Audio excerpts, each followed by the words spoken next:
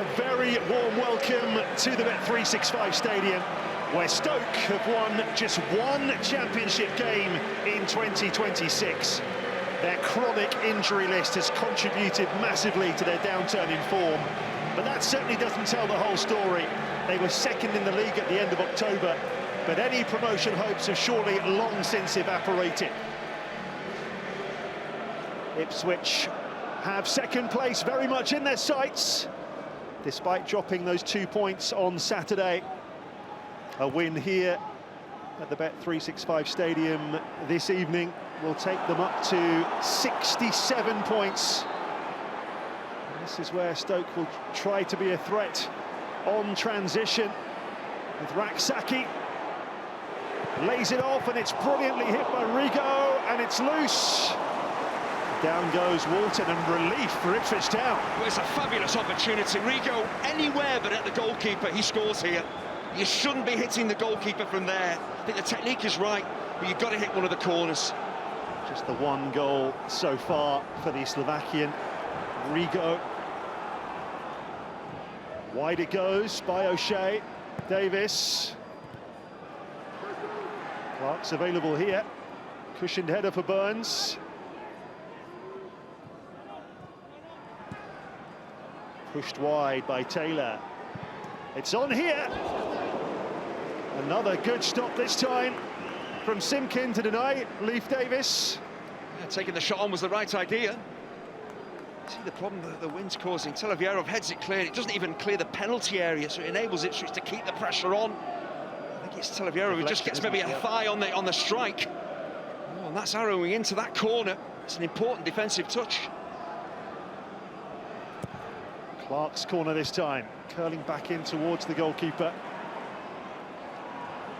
Davis keeps it alive here.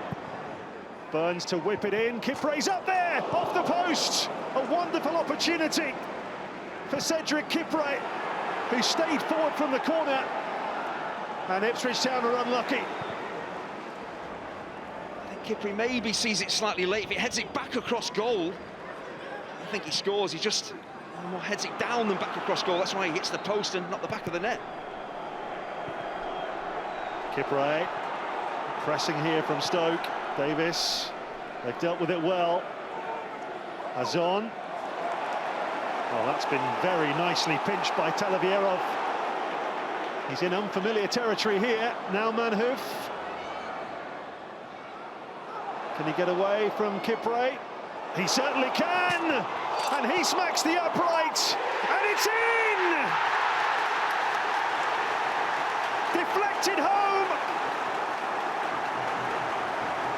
Milan Smith takes the acclaim, and Stoke City take the lead. His first goal for Stoke on his 9th appearance, and it gives the Potters the lead here against high-flying Ipswich. Ball goes out to Manhoof. He is onside. I think the ball just skips up onto his hand here. I think maybe that's where Ipswich aren't happy with, but you've got to play on, play to the whistle. They're lucky to survive that shot from Manhoof. I think you look at Dar O'Shea, Kipre, they're playing on those Stoke attackers. That's why the goal seemingly stands, but all down to Stoke's positivity, starting with the centre-half, finished by the centre-forward. And the ball is kind of played towards Smith. They're appealing for offside as well, Ipswich. Let's have a look here. Now, even though that player's off the pitch, I'm sure the officials still count him as a defender.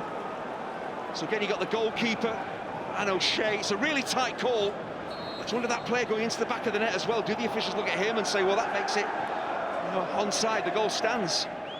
Yeah, I think he is just onside. Well, they've given it away. There's a chance for 2-0, which has been taken brilliantly. Bajan Ho smashes it into the empty net, and promotion-chasing Ipswich are right up against it here.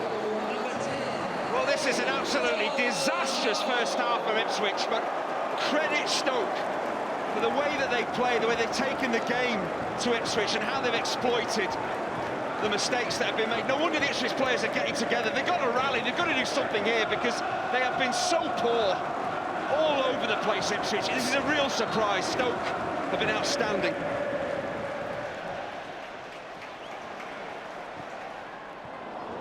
O'Shea, good interception, needed to be. Kipre. Clark. Davis.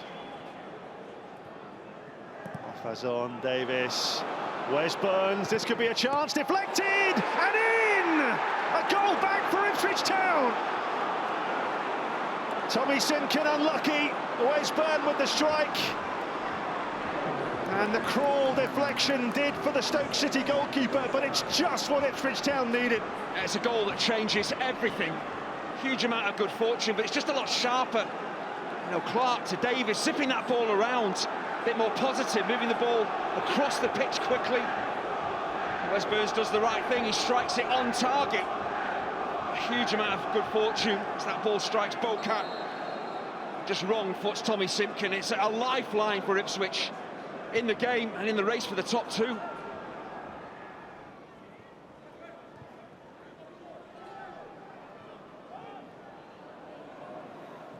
Davis, Clark, great acceleration from Clark! Excellent stop from Simpkin. Jack Clark having more and more influence on the game. This is where they want him, on the ball, running at defenders, central areas. I just think he can't go to the goalkeeper's left because of the defenders that are there, has to go to the right. There might have been a touch on it as well. It's a good stop from Simpkin. Hurled in by Furlong. Blasted by Taylor! A majestic strike to make it 2-2. Well, their promotion bid suddenly is very much back on. And what a magnificent strike to level the game. It was all doom and gloom for Ipswich, much better in the second half, and just great concentration. Not necessarily the cleanest strike you'll ever see, down into the ground, but it's on target. It's hard for the keeper to see it. That's the important thing. It's not the most powerful, but it's accurate, it's on target. It's away from the goalkeeper, and what a turnaround. Manhoof, great run. Incredible! How has that not gone in? Ash Phillips sees it go over the crossbar when it looked easier to score. I can only think that he maybe doesn't see this until, you know, it's too late. As that ball is whipped in, he gets a deflection, kicks up, he does have a good long look at it, and he just seems surprised by it. He shouldn't be. He should be scoring. Back in it goes, arrowing in towards McAteer. Good defending again. Talavera, wonderful defensive header, great positioning, bravery as well. Wide by Clark. That header will go straight to Raksaki. Now Manhoof. Vital interception from Kipre. And Kipre has got it forward here. Hurst! It's a stupendous comeback from Ipswich Town.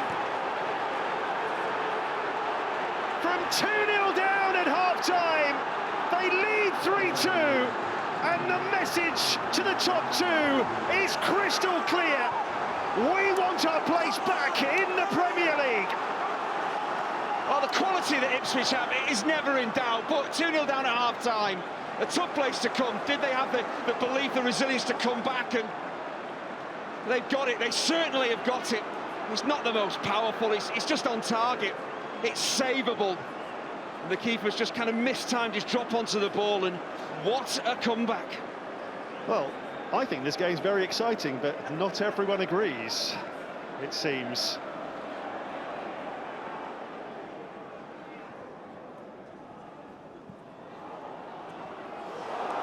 Well, Furlong didn't get that away at all, and they want a penalty. It is a penalty!